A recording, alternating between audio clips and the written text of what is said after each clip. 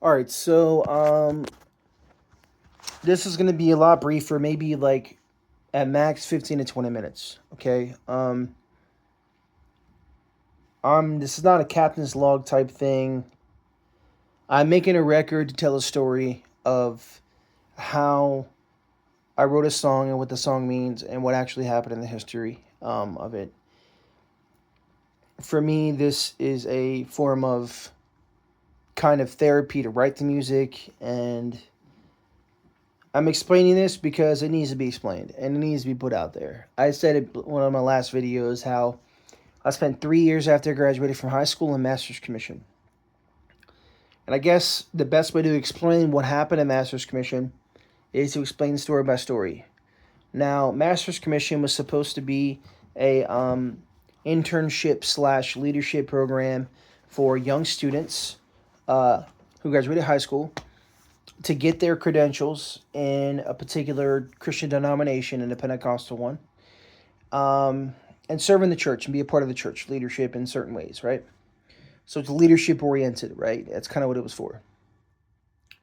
I spent 3 years doing that, and from 18 to 21 ish, so that's what I did.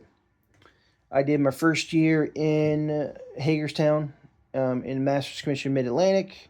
I did my second year in Master's Commission 3D in Louisiana. And I did my third year Master's Commission in Mobile, Alabama. It's called Sunbelt Master's Commission. Obviously, it's not there anymore, but it took place at a Calvary Assembly of God on Three Knots Road there in Mobile. So this story specifically comes from being a part of that cult, because I thought it was a Christian thing and ended up being a cult. Okay, this is a story from the cult that I was a part of, and it literally is the story of the song I wrote on my profile page, and you can find it on YouTube Music or Spotify or Apple Music. It's called Falling Leaves. At this point in time, I'm just going to drop names. It's not like it's going to change anything. Like, it really won't. I was very reluctant to share this to begin with because to share such a thing so openly, it's scandalous, I guess, but just to keep record of it, I guess. I don't know. So, here's what it is. But I wrote the song, and I would like to just, I guess, if the song ever gets sold to someone who likes to use it, or it gets anywhere other than just, a few people that know about the song, I at least want to give an explanation for it, okay, why it was written. I'm not planning on being famous. I don't think that's valuable to go into, but hey, it could happen. But in the event it doesn't happen and this song just dies, it dies, but this is the background of the song. So I was in my third year of this cult. I didn't understand it was a cult at the time. I'm a Master's Commission. They controlled who you talked to. They controlled what you did. They controlled you weren't allowed to work. They modeled themselves around Mormon missionaries and Mormon missions, and to a certain extent, which I think is really freaking bastardized and bizarre. But that's just what happened. So that's what they did. They're like, oh, it's Pentecostals, so let's just train our young students because we should be out there too. Okay, cool. So in my third year, they had different specific rules. You couldn't talk to certain people. Well, sorry, you could help out with all. Anyways, so I guess laying some ground rules down with some boundaries is going to help me tell the story. So they had dating rules, right? And the dating rules were essentially any dating that you did, if you approached a woman, you couldn't just have a conversation with the girl. You had to go through leadership. You had to go through a man. I had to go through a man named Pastor Brian Sylvia to have normal conversations and even talk to a woman in any way, shape, or form that I minorly thought was attractive. You could say, well, that's wild, that's crazy. Why would you do that? You're a grown man. Go have a conversation with her, right? There's nothing unchristian about doing that. I agree with that statement. However, in Master's Commission, when I was 21 years old at the time and I didn't understand I was a part of this cult, that's what was going on. So essentially, this is a story of falling leaves or burning Alabama, however you want to say it.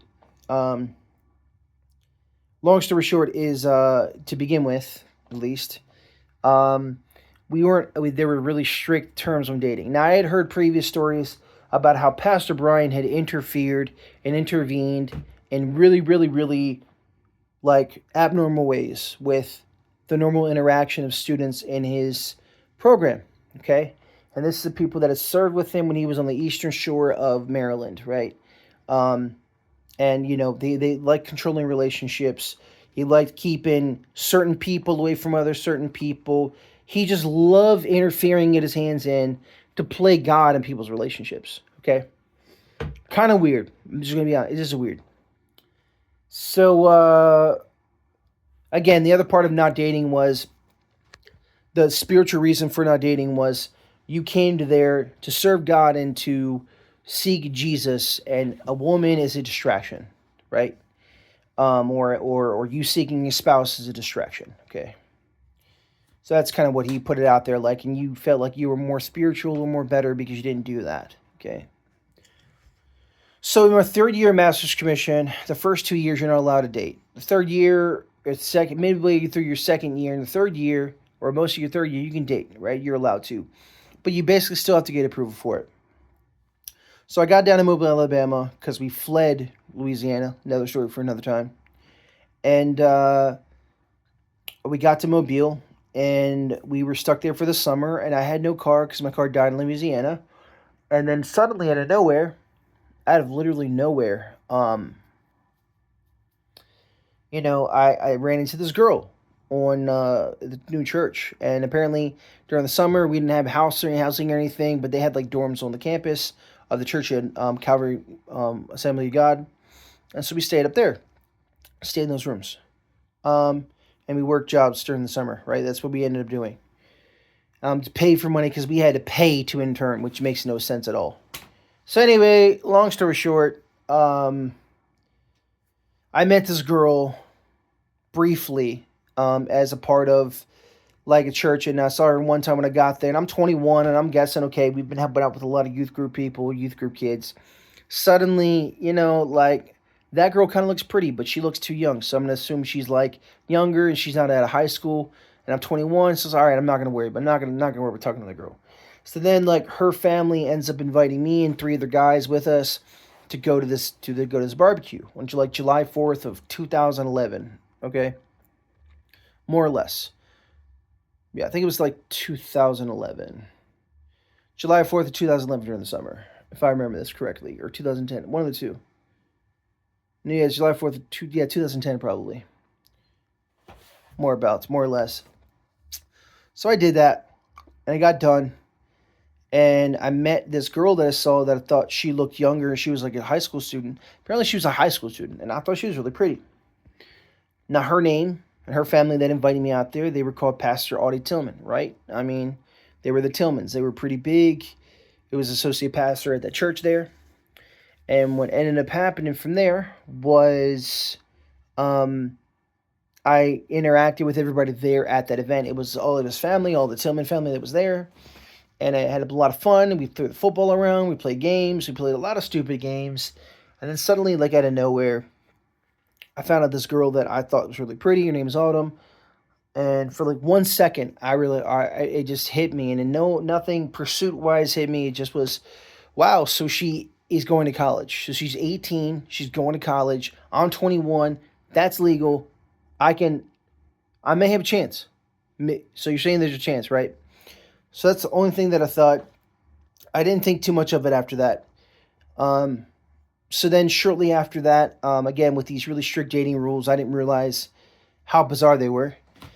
So then, we would eat lunch sometimes at the church when they would provide it for us, even during the summer sometimes. So we would come through, we would get some food, we say hi or whatever.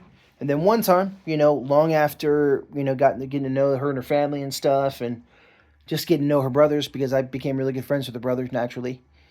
Um, you know, Someone in Master's Commission took a picture of me talking to this girl, Autumn, okay?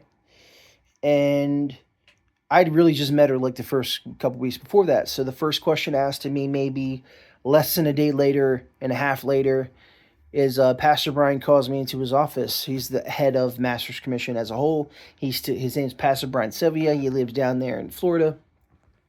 He goes, well, calls me to his office. He says, so somebody sent a picture of you talking to Autumn. Do you love her? Honest question is what he asked from the beginning, essentially. He didn't ask if I liked her. He asked if I loved her. And I said, no. He's like, okay. Probably said something else like, you gotta be careful, you should stay away from her, blah, blah, blah, blah. Some stupid stuff like that.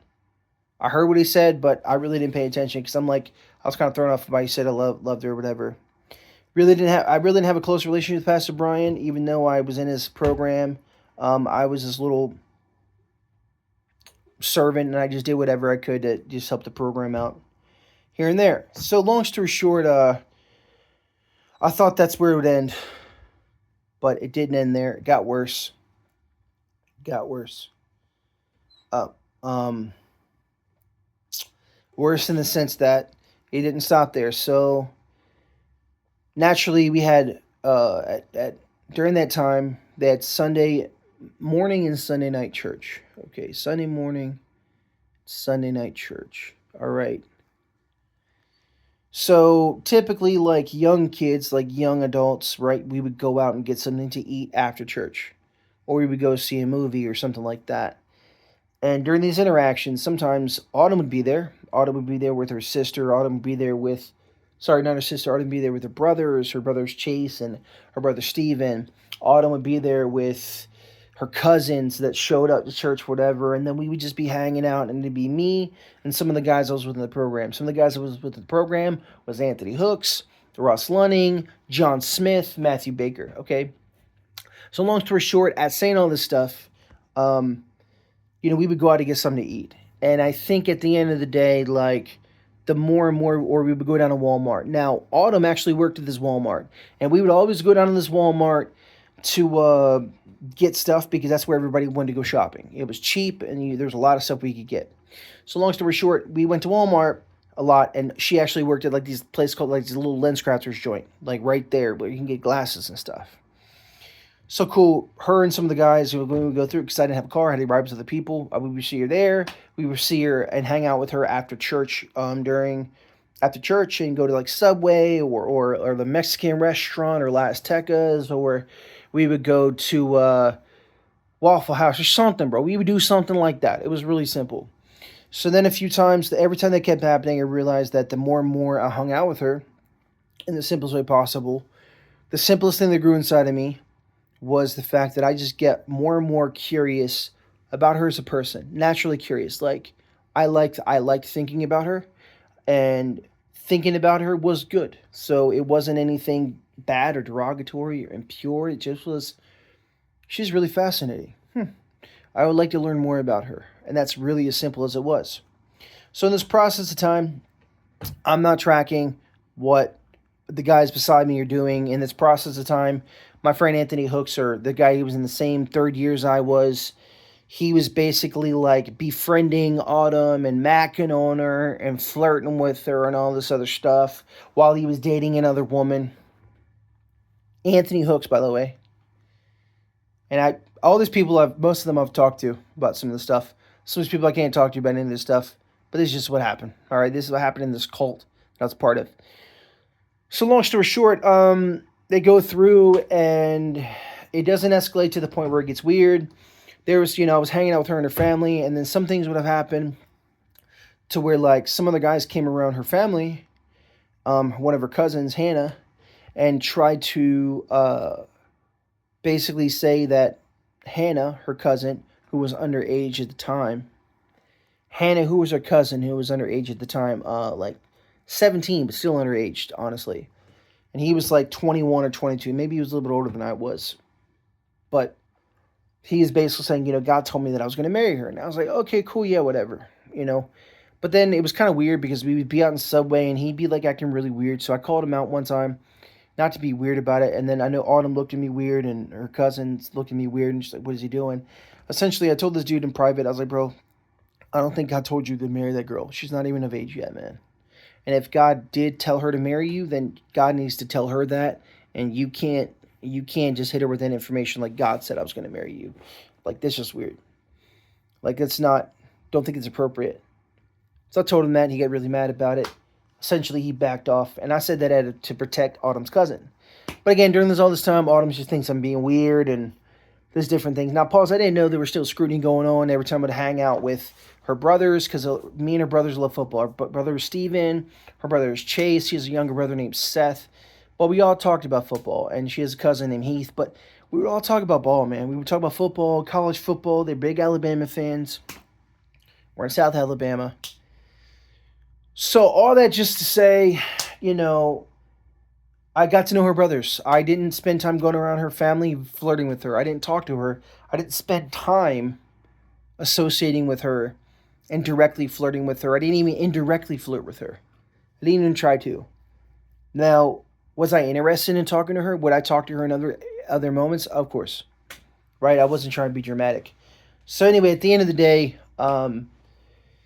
things went by, and things kind of got to a place where Pastor Brian got even more strict on me in a way that actually went against the rules that he had there, where he basically said, well, we can allow you to date as a third year, but if we feel like you don't understand or you're breaking violation of rules, right, we can basically say you can't date. So Pastor Brian came through and said, you can't date anybody, you can't date Autumn, you can't go around Autumn. And then he wanted me to come to him if I had a conversation, because the next time I talked to him about Autumn Tillman, it was after church, and she's over 18 years old.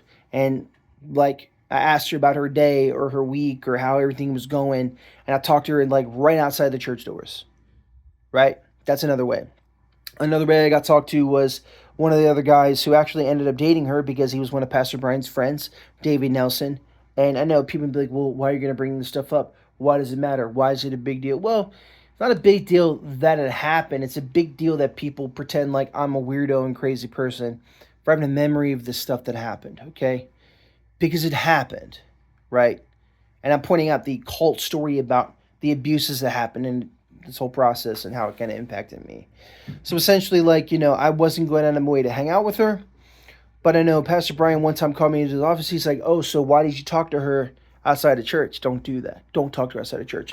Another time, Davey Nelson pulled me aside. I helped run the youth ministry, or help running youth ministry, or try to. And like set up chairs and run events and games and stuff. Long story short, or try to help in any way that I was actually asked to do. So, long story short, at the end of the day, okay, at the end of the day, Davey came up to me during a youth event, and I was like, cool. He's like, hey man, you need to be careful. I was like, and he was like a staff member basically, like a teacher or whatever. And I was like, why? What's up? He's like, oh, you gotta be careful because everybody thinks you're dating Autumn. And I'm like, okay, I don't see a problem with that. What's wrong?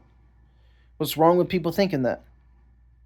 And so I didn't really understand his clarification for coming to my face saying that stuff. And I wasn't ignoring public perception.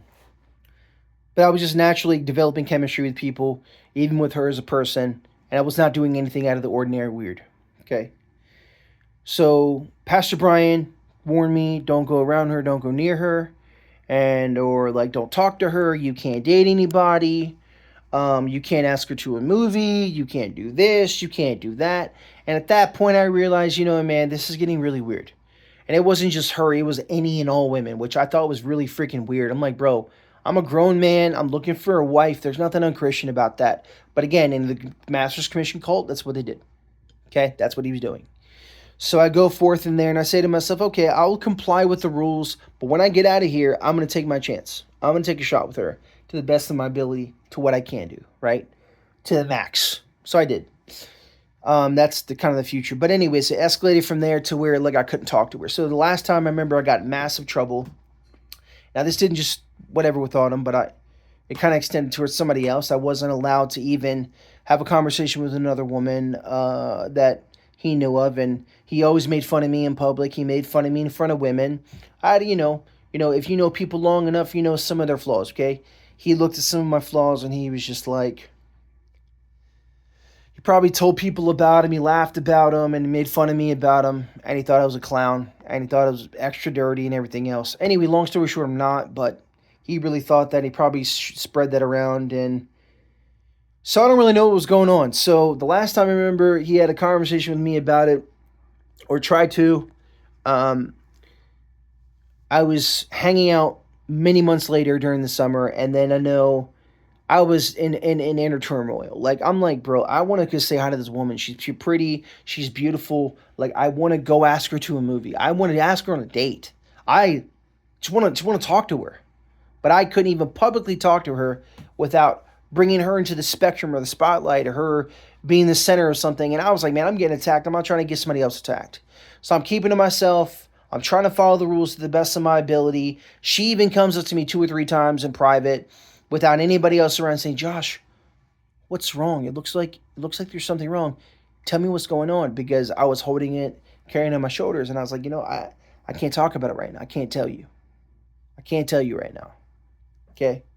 And it was her, okay? But I just couldn't tell her.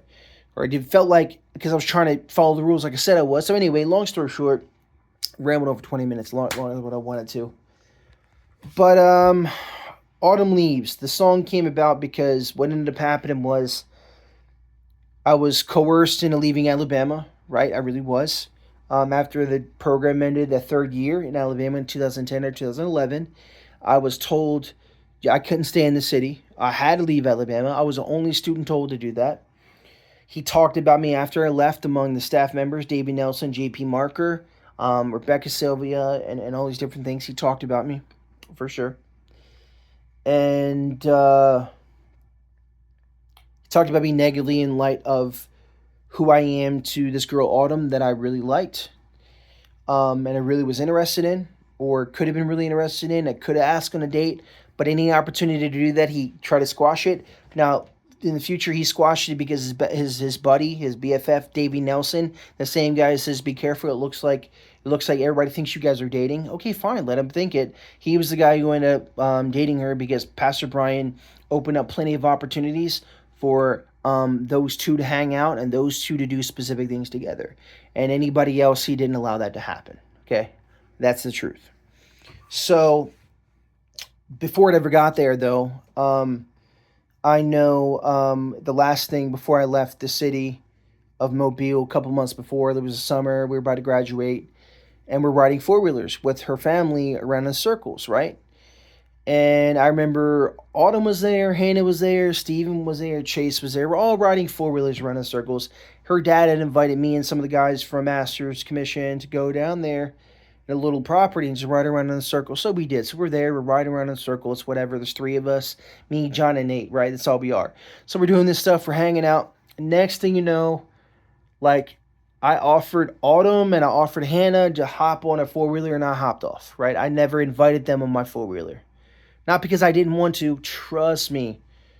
I really wanted to do a lot of things toward her expressively and express how much I cared and was liked her or whatever. Now, at the same time, and all this stuff happened, I then had to start actually liking other women, or trying to make it look like I liked other women around her, near her, nearby her, so I can get this guy, Pastor Brian, off my trail in a really evil way, right? Because he's just being like harassing and rude, and like really being ungodly about how he's like pressing and you can't talk to her in public, which is completely sinful and how he did it. And honestly, I forgave him, but I'm telling you, like, if I could go back in time and hit a button, so here's what I would have said instead of that, that's what I would have done. Because I did notice I was a little naive at the time. Obviously, I was in a cult. So long story short, I'm just sitting here thinking to myself, so I didn't let them get on the four-wheeler one time. Anyways, Autumn invites me to get on her four-wheeler. We get on the four-wheeler, we go around in a circle. We go around in a circle for like less than 5 minutes. Me and Autumn never had a conversation. We never touched. She didn't hold my hand. I didn't hold hers. I didn't make a move on her. I didn't. Oh. And it was like 5 minutes, and then I got off. It was just silence. Then I got done. I was like, okay, well, that was fun. Didn't think anything of it. I just was literally thinking about four-wheeler rides. Yes, Autumn invited me on, but I was thinking about four-wheel rides, all right? In that moment in time. So then I get called in the office 2 or 3 weeks later, um, because Pastor Brian gets back in town and he's livid. JP Marker's there in the office. He says, "What are you doing? What is wrong with you? What have you done? What have you done? What did you do? I heard you running back a four-wheeler with Autumn, huh? Why did you do that? Do you love her? Do you like her? Do you like her?" He didn't yell, but that was the tone and the tonality and the thing. He was hitting it like I had sex with her, right? He was hitting it like I went out of my way and I proceeded to participate in sexual morality with this girl, right? That I sinned against the Lord God, and I did none of those things. I just rode her on a four-wheeler. He's like, "Well, you don't understand. You don't. Well, you're so oblivious. Can't believe you must like." So he kept asking me, and then I just conceded. I'm like, "Man, whatever, dude. Yes, whatever, dude. I like her. Whatever. I don't care. Just shut up. Just stop badgering me, dude." So I said yes, and then he says, "Never talk to her again. Basically, don't whatever, blah blah blah." Anyway, so he told me to leave Alabama, and then shortly after I left Alabama, I made the decision. I actually wept on my time leaving Alabama, and I wept. I wept. I didn't realize that he told me to leave. I didn't realize he told me I couldn't stay in Alabama. I didn't realize it. I mean, coming from a ministry school where you're supposed to learn ministry, you should have opportunities in that city to minister if it's possible, right? But he was like, "No, you need to go home. You need to get out of here. Just leave." So he wanted me to flee. I believe he just wanted me to flee because he wanted Davey to have a chance to date this girl, Autumn. And then when I immediately leave, I was talking with Autumn here and there. I thought I had a crush on her cousin. That's when I said in the song, Falling Leaves. That's why I say, I pursued other women around her. And the girl I wrote about in that song is Autumn. And hence Autumn Leaves.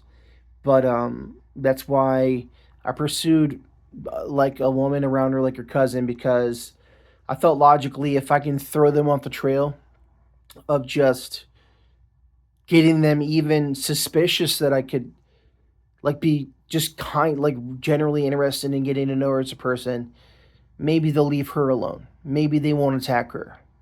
Maybe that will protect her. Maybe that will ultimately protect me in the end, right? So I tried to do that. I didn't make any. When I did that towards Hannah, Hannah was 18 years old. Okay, I broke no laws or rules when it came to that stuff. Just never did. So only say like so. That's kind of how that one unfolded, and then she left, or I left Mobile because Pastor Brian told me to leave. And I remember being a friend with Autumn at the time. I would message Autumn back and forth. Somehow I got her number, right? And we would text. No Snapchat, no Facebook or anything like that, or no TikTok. So I texted her. And then she shortly told me after that, she's like, people here tell me, and she didn't indicate who it was. And I ended up finding out this is either Anthony Hooks or JP Marker or Brian Sylvia talking crap behind my back about me as a person. Now, pause. I left. I left town. I did everything I was told to do. Okay? I left. But I'm still talking smack about me. They're still bringing up my name and my character and my person into this. And I remember sometimes, like, I bring up Anthony Hooks because it might have been him, because she said to me, she's like, "Well, people are telling me to not talk to you anymore because you'll never stop liking me. To stop talking to you because you're never going to stop liking me." First of all, how is that a negative compliment? Sorry, how's that a negative trait? I'm assuming they painted it in a really suspicious light. Like, yeah, that's creepy. He'll never let you go. Just now, I talk about her now. It's not that I'm never letting her go. It's that I'm literally saying she was taken away. The opportunity to really spend time and get to know her and to really truly cultivate something that I was naturally cultivating with the relationships that I was building with people. It was sabotaged by Pastor Brian. It was sabotaged by Anthony. It was sabotaged by these people, and they all wanted to ascribe ulterior motives to me. They say, Josh, well, you were getting to know her brothers and with football because you're trying to sneak your way to the girl. No, I wasn't. I was just talking about football. I love football. Okay, college football, professional football. I love my Ravens. Love the Gators, right? And I was in Alabama. I was in Roll Tide. It was Alabama country, dude. So we're talking about college, Alabama and Auburn. So anyway, so it was just a different kind of thing. But all that just to say, like, they were sabotaging me along the way, and it wasn't my inability to let her go because at some point in time, I did let her go, right? I did concede my feelings and how I really felt about her, and I'll get to that here in a second, really specifically, probably more specific than the last time I talked about it. So what I ended up doing was I left and I basically had a conversation with my grandfather because I was trying to date this one girl, Lauren at the time, and she was really kind of pretty. She was actually gorgeous, but I just like she was really into me, and I was like, what is wrong with me? Why don't I want to date this girl? Why am I not responding to feelings back for her? So again, truly speaking, in true nature, I had no idea that there were affections alive in me towards Autumn Tillman. I did not know this. I was not aware, to be honest with you. I was aware I wanted to talk to her. I wasn't self deceived. I just was aware I wanted to talk to her and wanted to get to know her. And I was just very interested in getting to know her. Like, that was the most simplest way I can describe it. There was no ill intention in that regard, okay? So, anyway, I think the thing had fell through with that one girl. This is after I left Alabama because I was told to leave. So I left. I cried my eyes out when I left the city. And I cried for maybe like 30, 45 minutes. And the long story short, I'm going home to South Carolina at the time. And I miss her. I miss the family. I miss her brothers I hung out with. It was just, I had to get to, used to a brand new place and it took me some time to adjust. But then I was like, well, this one girl wanted to date me, and I was like, all right, well, let's talk to her. Start talking to her a little bit. I'll let you out in a second. Hold on. Let you out in a second, Daisy. So, long story short, which has been a long story, I guess, but the background of the song kind of dribbles up to this pendulum point where as I said in one of the lines of the song, I sought other girls around you. So to distract my mind from you, to distract my eyes from you, distract their eyes from you, meaning Pastor Brian, Anthony, all these other people's eyes from thinking and putting you in the center of their eyes so you wouldn't be hit by what was going on negatively. And so I would be distracted by something irrelevant and erroneous. Not that it mattered to me, but just that I'd be distracted by it. Okay. And anyways, and so basically, so that's what I did. And so, like I said, I didn't make a super crazy romantic move on her cousin Hannah, who was legal, and she had just got done with high school or whatever. I was like, oh yeah, cool, yeah, whatever. So again, 18, cool. So I was like, hey, I reached out and said, hey, listen, I think I told Autumn that I lied to Autumn unintentionally because I didn't know that I liked her. Really, I didn't know that. It's gonna sound stupid for me to say this out loud. I knew I cared about her, like I said. But so I told Autumn before all this stuff happened. I realized, this is a really jumbled story, but it is just how it happened. And I'm sorry for being so scattered, but I told Autumn that initially I didn't like her, and I got mad at her one time on the phone because we were talking about something, and she said that the girl that I was talking to at the time, Lauren, she's like, oh, she was a rebound. I was like, Autumn, we've never even been on a date before. We've never dated, okay? You and I have never dated. Like, what are you talking about? So I got mad. Like I hung up the phone and I told her I didn't like her like that. And I guess that was just me being really just angry about stuff. That was kind of uncalled for. But I did apologize to her for that, but she said it was okay, but clearly it wasn't. So long story short, didn't get my way. I told her I didn't like her, and then I remember telling her at some point in time that I may be interested in her cousin Hannah, and then she threatened me to say, "Oh my gosh, why are you getting my cousin involved? How dare you? Why are you getting my cousin involved, Josh? I can't believe you. It's about us." Basically, she was trying to say. Now, meanwhile, she's talking like 5 or 6 guys at the same time. I didn't know this, but she is. Not saying she's a hoe, but it just was what it was. Pastor's daughter, and just all this other stuff. And I was like, yeah, cool, whatever. So long story short, I went out of my way. I was trying to pursue her cousin logically, just all logic, completely logical. That's all it was. I was like, well, it might be a good pair, so let me give it a shot. So it was like, all right, cool. So I gave it a shot, and Autumn was like, well, if you don't tell Hannah, this is about us. Can't believe you're getting her involved with this. And again, never dated this girl. She said, I told her I wasn't interested in her, and I lied about it. And then she's like, well, this is about us. I can't believe you're making her involved. And I was like, okay, I don't even know what you're talking about, dude. Like, that's weird. She's like, well, if you don't tell my cousin that you like her, I'll tell her. So anyway, I'm trying to pursue another girl. I tell Hannah I try to like her. Hannah was like, well, or like, hey, I'm interested and try to like see if something could work out between you and I, maybe take you on a date or something. But she was like, no thanks, right? She was like, I just see you as your friend. I was like, all right, yeah, whatever, cool. So I dropped that, and then the Lauren thing popped up, and then I realized I didn't like Lauren, so Lauren was like, figure out why you like me. But then Lauren was stalking my profile, okay? Her name's Lauren Dyson. She was stalking my profile on Facebook at the time for all my activities. So she would see me like all the Tillman's photographs. And so she would watch every like.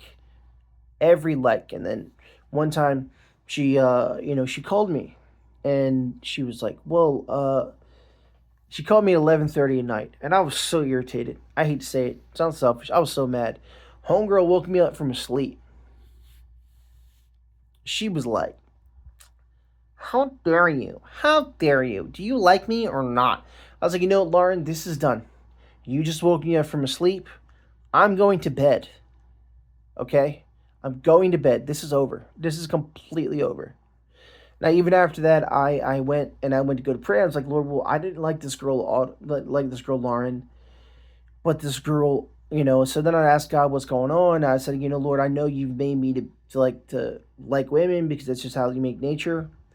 So I'm just, asking God, like, Lord, help me to see why my heart is so unable to really like Lauren. And then I realized when I'm praying, the Lord led me to thoughts of thinking about Autumn and all the positive attributes about her beauty and her features and stuff, and her character and how she's a good person. And so I was like, yeah, okay, cool, whatever. So, meanwhile, in this time, I can't remember. I think she's trying to date Davey or Anthony or Matthew Baker, whatever. That's what she's trying to do. And I think I said that to her as a friend, and she's like, haha, you never know. But I knew. I wasn't dumb. I was observant. So long story short, I told her I had to call her after I prayed about all that, and the Lord gave me some clarification, and it was pretty clear I liked her. And then so I called her on the phone. I said, hey, Autumn, I need to talk to you. Can I talk to you for a second? She says, yeah, sure. So I called her on the phone, and I said, Autumn,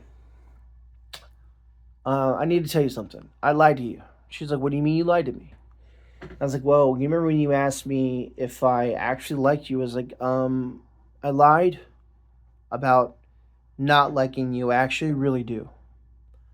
And I wasn't aware of this, but I did. Okay? Not making any of this up, wasn't spitting game, nothing like that. Her next statements are more or less paraphrased. This is what she said. She's like, well, do you like me? Well, I was like, yeah. She's like, well, I knew it the whole time. I was like, you knew it the whole time that I liked you. You knew it the whole time. Why didn't you tell me that you knew? She's like, oh, I don't think she really gave a reason from what I remember. And then she was like, well, how's this supposed to work out? Like, you're up in South Carolina and I'm down here in Mobile. Like, that can't work, huh? I was like, well, I'm working on that right now. I'm working on fixing that right now. I'm working on putting an end to that. I'm working on doing what I can to get back down there. Okay. And she's like, okay. And she's like, well, just to let you know, I never.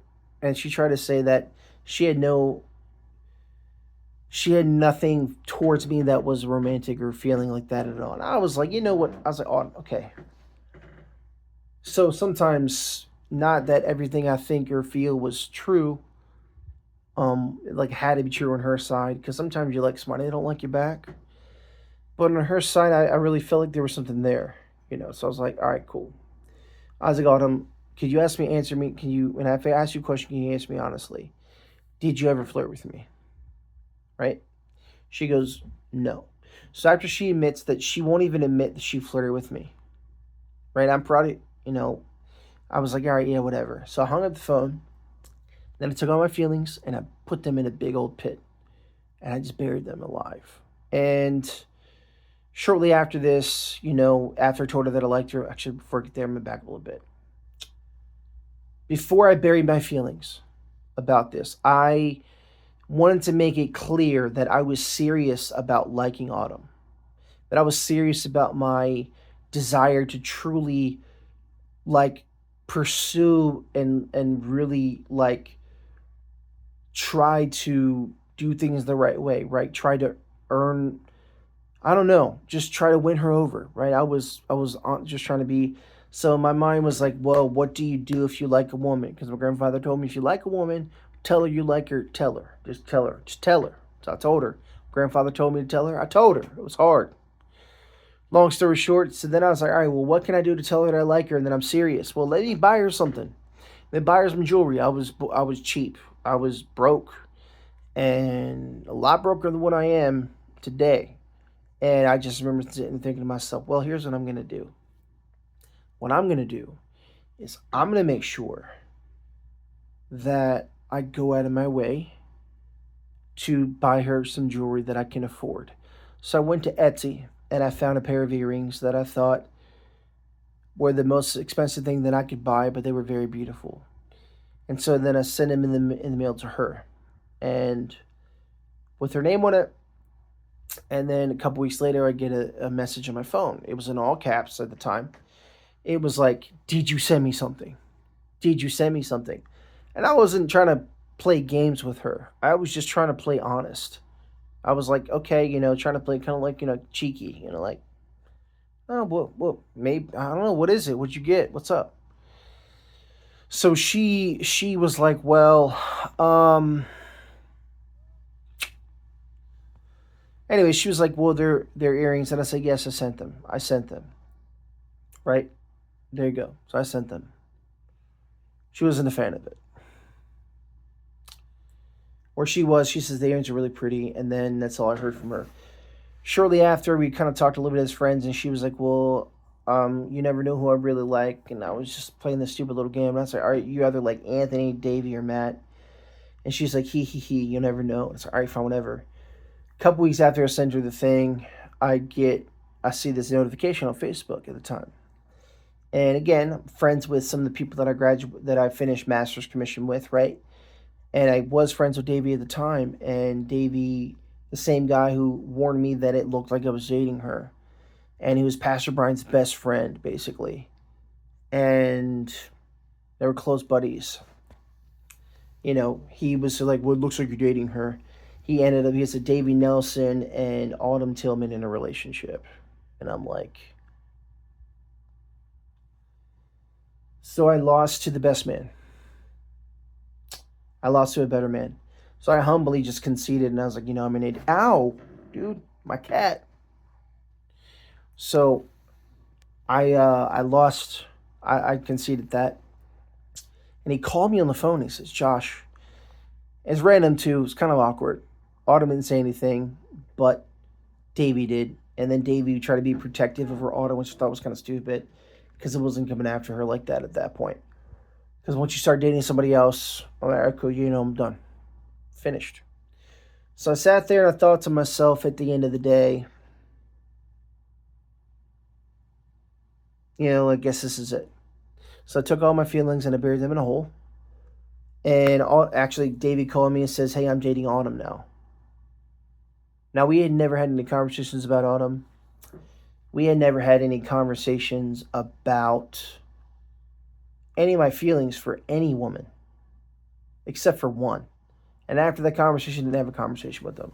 Because it's not like he gave me consolation. He didn't give me hope. He didn't give me anything. He just gave me, "You're just wrong." And looking back, even if I was wrong, I wasn't wrong to take action on something, right? So, not for, he wasn't talking about somebody else. So, different story, different time. Anyway, so after this whole moment, I was like, he called me and I was kind of in despair. I was, like, God, like my feelings, they matter, but I like this girl and I did everything the right way, the best that I could. And I just failed and it just sucks right now. So then Pastor Brian and the team, or the Masters Commission cult team, whatever, came up there and they came through. And Pastor Brian, remember, pulled me aside and says, "Hey, it's starting to look really creepy. It's starting to look really creepy. It's starting to look really creepy. You're just kind of looking like a, you know, sometimes the happy endings don't happen. Sometimes you just gotta let go. Sometimes you get your heart broken." That's what he had for me as consolation. Going back, I should have punched him in the face. Don't get in my face and say something that's stupid, dog. Like, don't talk to me in some evasive language right in front of my face. Because what he was saying, what he didn't want to say was he set them up and he wanted Davy and to be successful in courting and marrying Autumn. That's what he wanted. That is what he wanted. You can lie and deny that to this day, Brian, so you can, but you can't. That's what you wanted. So, so I buried my feelings, and then months go by, and then Adele song comes on the radio, and I heard it 100 times before, and I was just listening to it, and then suddenly, and I bury my feelings and cover up myself with all my insecurities, I start to think about Autumn Tillman again, and it came suddenly, and I wasn't praying or anything like that, but it was just like the Lord through the Holy Spirit really came to me and just entered the death and decay that I was living in. I wasn't like doing anything crazy. I wasn't doing drugs or anything like that. I wasn't doing anything like that. I just was living, not perfectly as a Christian, but just stumbling, just like, let me cover myself with lust because I can't have the girl in my dreams. Let me cover myself with these things that make me feel better for like 5 seconds. Let me cover myself with just so many other random stupid things instead of dealing with my feelings. So anyway, long story short, I just written a really long story actually. I don't know. He basically went out of his way to sabotage it, and so as I'm listening to the song, and the Lord kind of came up and was reminding me of everything about this woman that I hadn't talked to in 5 months because she started dating my friend, Davy Nelson. I was just like, everything is lost. It's all, there's no hope. Essentially, in my brain, and then I felt like the Lord, through this song, I started thinking about Autumn and everything about her as a person, and the Lord kind of spoke to me through the Holy Spirit. He didn't promise me anything. He didn't give me a false assurance. He just said, "Josh, I know you loved her." And that reality check for me was the only affirmation I needed in that moment to go forward and to say, "Thanks, Lord." I cried. I was in tears privately. My mom was still in the car, so I had to be really careful. Didn't want her to wake up and start asking questions about why I was crying. The funny thing is, later that same day, that same evening, as I'm driving back to the house, Autumn messages me on Facebook. Now, she's still dating Davey at the time. Still happening. She says to me, the same night, same song. I just emotionally just cried my eyes out. I probably cried for like 30, 45 minutes straight. As a male, that's a lot. Okay? So I cried. Cried a lot. Get home, eyes all balled out. Quietly, I'm on Facebook just browsing and looking around and listening to some music. Next thing you know, or YouTube or something. Next thing you know, Autumn Tillman messages me on Facebook. Now, I don't know about coincidences, but that's a pretty high one. That's a pretty good providential coincidence. So I'm sitting there. Autumn says, "Oh, hey, how you doing? Haven't heard from you. Well, how you been?" Because I stopped talking to her. I was like, "Okay." And then she's like, "Well, I'm doing great." And I was like, "Well, I'm kind of nervous." Hee hee. Nervous laughter. I was nervous, really. So I was trying to express that through the writing that I was text messages I was sending through Messenger, Facebook Messenger at the time. So I sent her a message. She goes, well, that's crazy. She's like, what's weird? I was like, well, guys been really kind of speaking me through, what do you call that songs? Through Adele songs. So I was like, yeah, cool. All right. She's like, well, what Adele song? She asked me. Again, same night this happened. I was like, Someone Like You, the song. I was like, okay. She's like, well, what was it about? And to be really honest with you, that was the moment. And I wrote about this moment in the song. She asked me about this moment. And in this moment, I was terrified. I wasn't afraid to pursue her. I was terrified. Not of the reality that it could come. I just was terrified of what happens if I tell her and she runs away. What happens if I tell the truth here and she just runs away? I could live with that, but I don't know. I got kind of scared and I figured in my mind, well, Lord, I don't want to coerce someone with God told me so. So I was like, well, in my mind, the other part of my mind was like, well, if God had convinced me that I had affections and feelings for her, and it's what the Lord wants, the Lord can convince her too. So maybe that was too Calvinistic, too sovereignty of God kind of stuff, because I probably could have said, I love you. Maybe the outcome would have been a little different. Maybe it would have been the same. But it was about her. The whole song was about her and how I missed her. And I was afraid to tell her that. I was just afraid she was going to run. I'm like, man, she's just talking to me. How am I going to lose this opportunity? So anyway, so I didn't tell her. I was like, I said it like this, and maybe she read between the lines. Maybe she knew that, right? Maybe she knew that's what I was thinking or feeling. Maybe she knew that, and she was like, well, I was like, I just said I don't have the courage to share it with you right now because I was terrified and I was scared. So she asked, when am I going to see you again? So I get down there, and I think she's still seeing Davy, and this is months after this, and all this other stuff, and it's maybe the next year in 2011 or 2012 or whatever. And I get down there, and it was like Museum of Influence, and I was there for a weekend and everything else. And at the end of the day, man, like I saw her, said hi to her, hung out with her brothers because I care about her brother. Still friends with her brother Stephen and Chase. Still friends. Still. So short story short, or long story longer, is I remember that was probably one of the last times I saw her in person before things really got out of whatever. And I remember I left there and I still loved her. And I was afraid. I was afraid even when I saw her to like show any positive affections toward her because she looked absolutely beautiful during that time. I remember I left and it was a Sunday. I caught up with her. I don't remember all the details of that weekend, but I remember I caught up with her and it was a Sunday, like after worship, and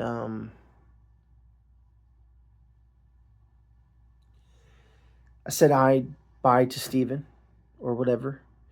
I said bye to Stephen. I said bye to Hannah. And I was gonna say bye to Autumn, but I ignored Autumn with the handshake or a hug or anything. I intentionally ignored her. I wasn't trying to be a butthole, but I know she took it that way. She took it as a slight, as I didn't give a crap about her, or as I'm just being butthurt because I didn't get my way. But I was trying to protect myself because I'm like, yo, this is. I don't know. I want to hug her. I like her. I can't shake her hand without giving away that I like her, man. Can't do that. So that's kind of the story of Autumn Falling Leaves. Pious people lying with pious lips, people pretending to be godly, pretending to be good leaders, but they're not, lying, keeping me from finding a wife, keeping me from pursuing that relationship that wasn't unholy, but it was good. And it happens her name is Autumn. That's kind of why it's called Autumn Leaves. Kind of, So after that, I remember, there was even an opportunity after that to redeem the situation. And Pastor Brian and company and JP and all these people got intervened, right? And they were like, well, why are you still worried about this? Why do you still care about this situation? Why do you still care about this person, right? And then they're like, well, you shouldn't care about people beyond this 1 year period of time. But I did, okay? And because I loved her for real. Like God said, I did. God wouldn't tell me that if I didn't. So I did. So anyway, but I wasn't going anyway. So then I conceded the fact that I would ever be able to date her or marry her or anything like that. So I just came back around to her. I sent her a video message after I joined the army and after I was in Korea. And I was in Korea, and during that time, you didn't have any FaceTime or anything like that, or things that they have now. Social media they have now to talk to people over a large distance is way more accessible than what it used to be. So long story short, as I'm doing all this stuff, I'm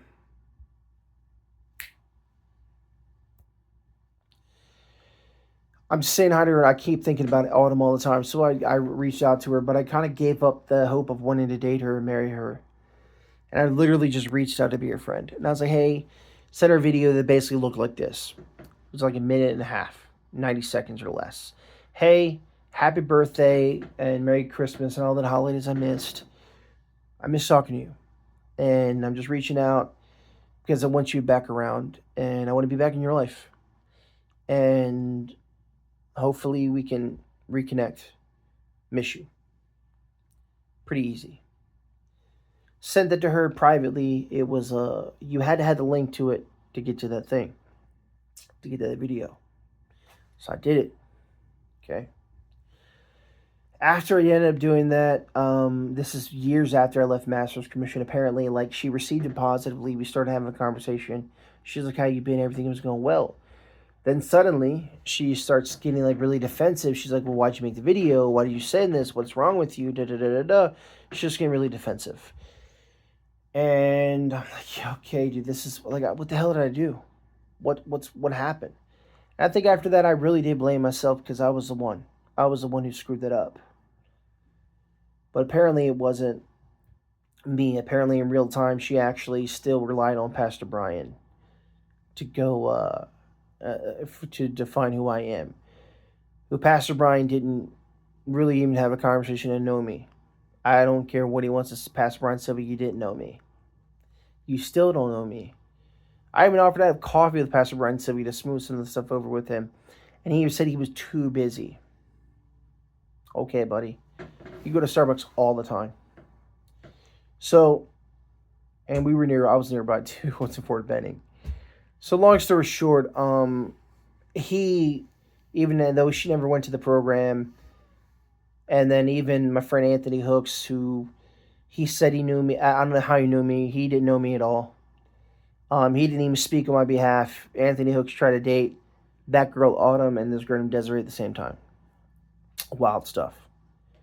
And I'm the immoral person, and I'm the person who can't be a friend to her in those ways, even in any ways. Because when I came back around, I was like, I really don't care. I don't need to be anything more than a friend.